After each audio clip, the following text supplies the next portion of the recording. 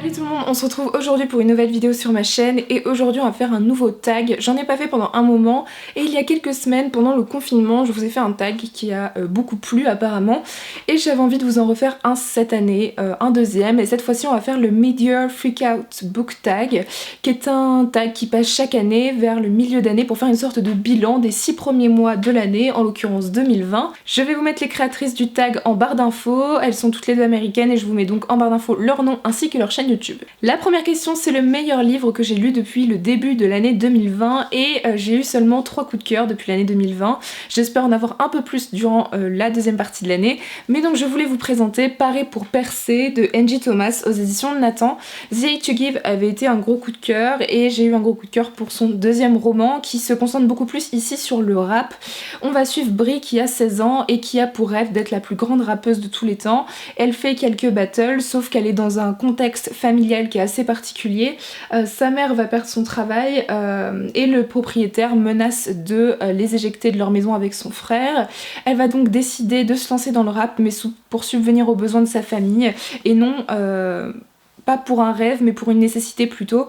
C'est un livre qui m'avait chamboulée par les sujets traités, le rap, le racisme, la violence, voilà, c'était très intéressant. Je m'étais beaucoup attachée au personnage de Brie comme dans The Hate to Give avec le personnage principal qui est Star. J'ai encore une fois énormément aimé voilà, les sujets traités, la manière d'écrire, l'intrigue qui se lit toute seule, ça se dévore et c'est extrêmement prenant. Angie Thomas, elle sait où taper pour faire mal et honnêtement c'était un livre que j'ai beaucoup apprécié. Ici elle apporte un plus parce qu'on va traiter du rap et elle a notamment mis dans ce roman des créations de chansons de rap et j'ai trouvé ça génial. En tout cas je vous le recommande énormément si ces sujets vous intéressent et si vous avez notamment lu The Hate to Give, foncez sur Parer pour percer. La deuxième question, il s'agit de la meilleure suite de saga depuis le début 2020. J'ai donc choisi ici mon deuxième coup de cœur qui est le tome 3 de Gardien des Cités Perdues, Le Grand Brasier de Shannon Messenger aux éditions Lumen. Ici c'est une saga de fantasy jeunesse dont vous avez sûrement entendu parler, une longue saga qui compte 7 ou 8 tomes, quelque chose comme ça. On suit des elfes qui sont dans un monde particulier qui n'est pas notre monde mais qui est en connexion avec le nôtre. On suit particulièrement Sophie qui a toujours eu des pouvoirs, s'est toujours sentie différente dans le premier tome et qui va découvrir ce monde dont elle a toujours fait partie et dans laquelle elle a une place assez particulière, vous vous en doutez bien. J'ai adoré ce troisième tome, je vous fais bientôt ma chronique mais ça a été vraiment un gros coup de cœur. La troisième question, ce sont ces nouveautés qui sont sorties en ce début d'année que je n'ai pas malheureusement eu le temps de lire. Le premier qui m'intéresse beaucoup c'est Felix Ever After de Kaysen Cellender. Ici c'est un roman, une romance, un contemporain où on suit le personnage de Félix qui est un homme trans et qui va tomber amoureux pour la première fois. En tout cas il aimerait tomber amoureux pour la première fois et à ça va s'ajouter toute une histoire de harcèlement si j'ai bien compris par rapport au transgenre. Donc c'est une histoire qui m'intéresse beaucoup par sa diversité, apparemment, enfin les avis sont vraiment dithyrambiques, ça a l'air extrêmement touchant, prenant. J'aime énormément aussi la couverture et c'est aussi écrit par une autrice noire et j'ai envie d'en lire beaucoup plus et de le mettre beaucoup plus en avant sur ma chaîne, donc c'est un livre qui m'intéresse énormément. Le deuxième, c'est une suite de saga, il s'agit de The Ballad of Songbirds and Snakes de Suzanne Collins qui est donc le préquel de la saga Hunger Games. Vous avez déjà entendu parler d'Hunger Games, ça ne m'étonne pas. Et le préquel est sorti sur le personnage du président Snow, un personnage qui ne m'intéresse pas énormément à l'origine, mais j'avais quand même envie, j'étais curieuse parce que j'aime beaucoup la plume de Suzanne Collins et que j'ai beaucoup aimé l'univers d'Hunger Games. Malheureusement les avis sont assez dithyrambiques, beaucoup disent que c'est un livre pour les fans, que ça n'apporte pas énormément de choses et que c'est assez cliché. J'hésite encore à me le procurer, mais j'aimerais me faire quand même mon propre avis sur ce roman. La quatrième question, il s'agit des nouveautés qui arrivent dans les mois à venir et qui vous intéressent énormément. Ici j'en ai deux et ce sont deux suites de saga. La première suite de saga, il s'agit de la suite de la trilogie de la poussière. Donc ici c'est le premier tome, La Belle Sauvage de Philippe Pullman aux éditions Gallimard. Normalement, le deuxième tome est prévu pour sortir en fin d'année. Si je ne me trompe pas, il s'agit du Secret du Commonwealth, quelque chose comme ça. De toute façon, je vous mettrai la couverture. J'avais beaucoup aimé ce premier tome puisque déjà j'avais j'avais bien apprécié quand même la trilogie à la croisée des mondes et j'avais bien aimé ce premier tome et j'ai appris que le second, on suit le personnage de Lyra dans le premier tome qui a environ 8 mois, donc c'est un bébé, et on suit donc le personnage principal de Malcolm dans toute une aventure que j'avais beaucoup aimé. Et en fait dans le second tome on suit Lyra cette fois-ci lorsqu'elle a 20 ans, donc après la trilogie de la croisée des mondes. Je m'attendais vraiment à une suite de La Belle Sauvage, mais finalement on fait un gros bond dans le temps en allant de l'autre côté de la trilogie. Les avis en anglais sont assez partagés aussi, pour beaucoup ça a été une déception. Apparemment c'est un second tome qui est extrêmement long, déjà il fait environ plus de 700 pages, quelque chose comme ça, donc j'hésite encore, je vais peut-être attendre un peu de voir les chroniques de tout le monde sur ce deuxième tome avant de me lancer ou pas. En tout cas j'avais beaucoup aimé ce premier tome donc je vous le conseille beaucoup et on verra bien pour le second. La deuxième suite de saga qui m'intéresse beaucoup en cette fin d'année, normalement elle est prévue pour la fin d'année mais il n'y a pas encore de date précise donc je ne sais pas si ça sera peut-être reporté en 2021 avec ce qui s'est passé et le Covid. Il s'agit en fait de la suite de la saga Une Bresse sous la cendre de Sabaa Tahir. Ici c'est la version Pocket Jeunesse. Normalement la suite et fin de cette saga, le 4e tome, sort en fin d'année. Je pense qu'il faudra quand même attendre 2021 pour qu'on voit la sortie en France, je pense. Mais le titre est pour l'instant A Sky Beyond the Storm et une couverture est sortie que j'apprécie beaucoup. Il faut que je lise le 3e tome qui est prévu pour cette année. Normalement je le commence aujourd'hui même quand je vous tourne cette vidéo, donc il sera lu avant la sortie du 4e tome. Mais c'est une saga dont j'avais énormément, ça avait été un gros coup de cœur le premier tome. Le 2e tome j'avais bien aimé mais c'était surtout un tome de transition pour moi, donc j'attends de voir si je vais être convaincue par ce 3e tome et j'ai hâte de connaître la conclusion de cette saga. La 5e question, il s'agit de notre plus grosse déception depuis le début de l'année. Il s'agit ici d'un service presse qui est La Sorcière oubliée de Melvin Burgess. C'est un roman qui promettait beaucoup de choses très intéressantes, notamment au niveau de la psychologie des personnages. Je vous laisse évidemment ma chronique soit dans le petit i au-dessus mais aussi en barre d'infos. Si ça vous intéresse, je vais pas en reparler beaucoup ici mais ça m'a déçu au niveau du traitement de l'histoire, au niveau des personnages auxquels je m'étais absolument pas attachée. J'avais trouvé ça long alors que le livre est plutôt court. Voilà, par rapport à tout ce qu'on m'avait dit sur Melvin Burgess, j'avoue que j'avais été assez déçue par ce roman. La 6e question, il s'agit d'une des plus grandes surprises depuis ce début de l'année. Ici, il s'agit du Secret de la Dame en Rouge de Béatrice Botté aux éditions Scrinéo. Ça a été une grande surprise puisque je ne m'attendais pas à un traitement de l'histoire et de l'intrigue qui nous est présenté dans le résumé de cette manière et j'ai adoré. Ici, on va suivre, nous sommes à Paris à la fin du 19e siècle et on va suivre Violette Baudoyer qui souhaite fuir sa famille et se réfugier à Paris chez Madame Bouteloup. Elle a cette particularité de voir l'avenir et le passé dans l'eau et va devenir donc la coqueluche de Paris sous cette Madame Bouteloup qui va tout lui apprendre. Sauf qu'elle va vite se rendre compte qu'elle est vraiment sous l'emprise de cette personne à qui elle doit notamment une dette. Et on va suivre en parallèle un journaliste qui s'appelle Florimond Valence qui lui va être malencontreusement mis dans une affaire criminelle, une affaire de meurtre, et c'est évidemment ces deux personnages vont se rencontrer. J'ai beaucoup aimé ce roman parce que je m'attendais beaucoup plus à un roman policier avec un fond historique et en fait c'est plutôt un roman historique avec un peu de policier. J'ai aimé qu'il y ait un côté fantastique, qu'il y ait un côté policier, que le côté historique soit très bien exploité ici. J'ai beaucoup aimé le personnage de Violette Baudoyer qui est très attachante, tout comme celui de Florimond Valence. C'est une saga en 2 tomes et il y a un 2e tome que j'ai très envie de lire, vous en doutez.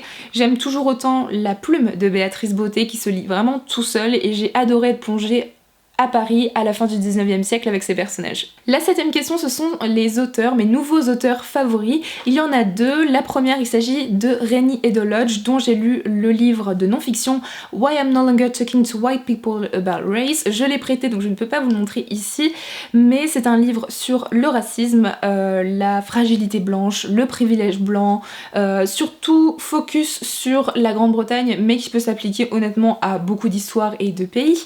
J'ai trouvé ce livre extrêmement intéressant, ça a été une grosse claque, c'est aussi un de mes coups de cœur de l'année, mon 3e coup de cœur.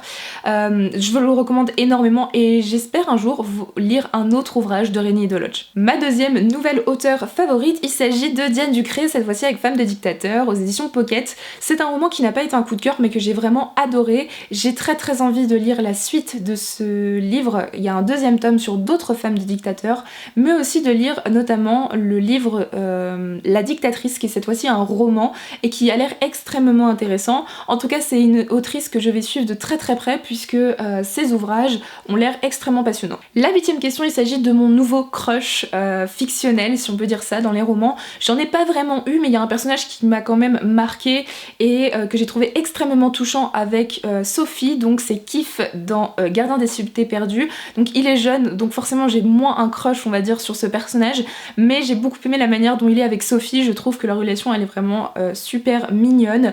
Ce n'est pas un spoil, loin de là, enfin ils ont une relation entre amis pour l'instant dans ce 3e tome et j'aime beaucoup ces deux personnages et j'aime beaucoup le personnage de Kif qui est drôle, qui est extrêmement protecteur vis-à-vis de Sophie mais qui lui laisse quand même beaucoup de liberté. Bref, j'ai beaucoup aimé ce personnage. La 9e question, c'est mon nouveau personnage préféré que j'aurais aussi pu mettre dans mes crushs mais je voulais pas faire de la répétition donc j'en ai trouvé un autre.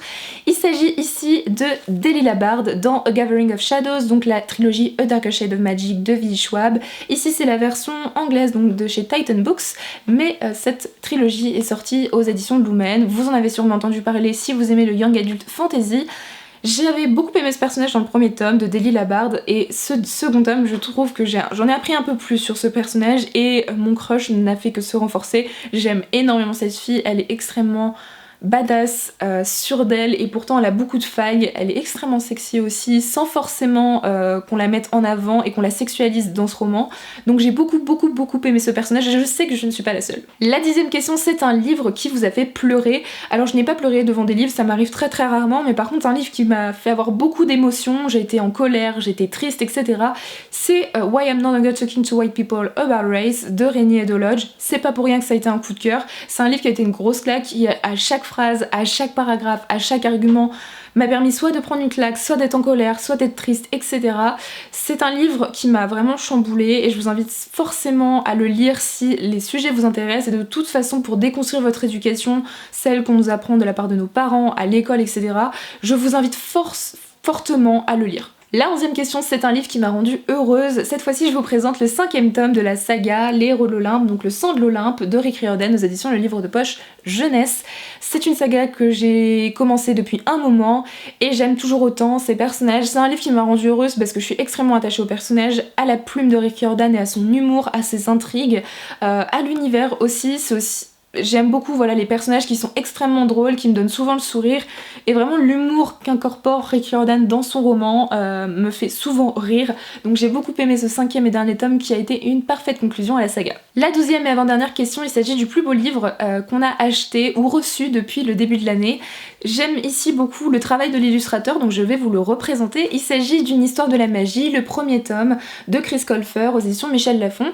Ici il s'agit du préquel de la saga Le Pays des Contes et j'aime énormément ce que fait David Gilson sur ses couvertures. La saga du Pays des Contes chez Michel Lafon a été surtout connue pour ses couvertures qui attirent énormément l'œil et il a encore fait un travail de dingue avec cette couverture-ci. Donc il y a beaucoup de reflets, de travail de texture, j'aime beaucoup les illustrations de base qui font très dessin animé, 2D, j'aime beaucoup. Et puis voilà, il y a beaucoup de travail sur ce roman. Voilà, rien n'est laissé au hasard, chaque détail est important et intéressant et qui est très joli dans la bibliothèque. La 13e et dernière question, il s'agit des livres que j'ai absolument envie de lire avant la fin d'année, que j'ai besoin de lire. Ici je vais vous faire un petit update sur cette vidéo que j'avais faite sur les 20 livres à lire en 2020. Il m'en reste encore 11 donc je vais vous les présenter rapidement et si vous voulez les résumer, je vous les mets évidemment en barre d'infos, mais je vous invite aussi à aller voir la vidéo des 20 livres à lire en 2020 si vous ne l'avez toujours pas vue. Au niveau des grands formats donc, il me reste à lire le premier tome des Livres de la Terre Fracturée, donc la 5e saison de N.K. Jemisin aux éditions Nouveau Millénaire.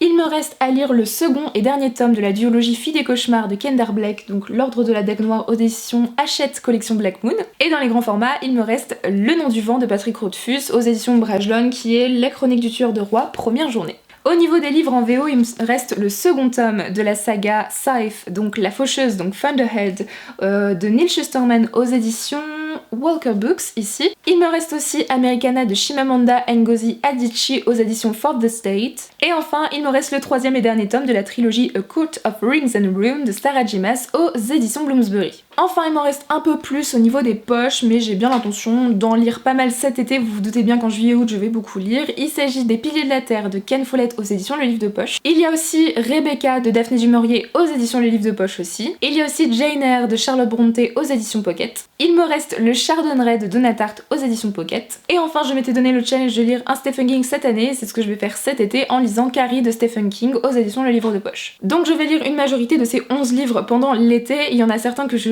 réserve surtout pour l'hiver, les grands classiques comme Rebecca, le Chardonneret ou encore Jane Eyre qui pour moi sont parfaits pour la période automnale et hivernale.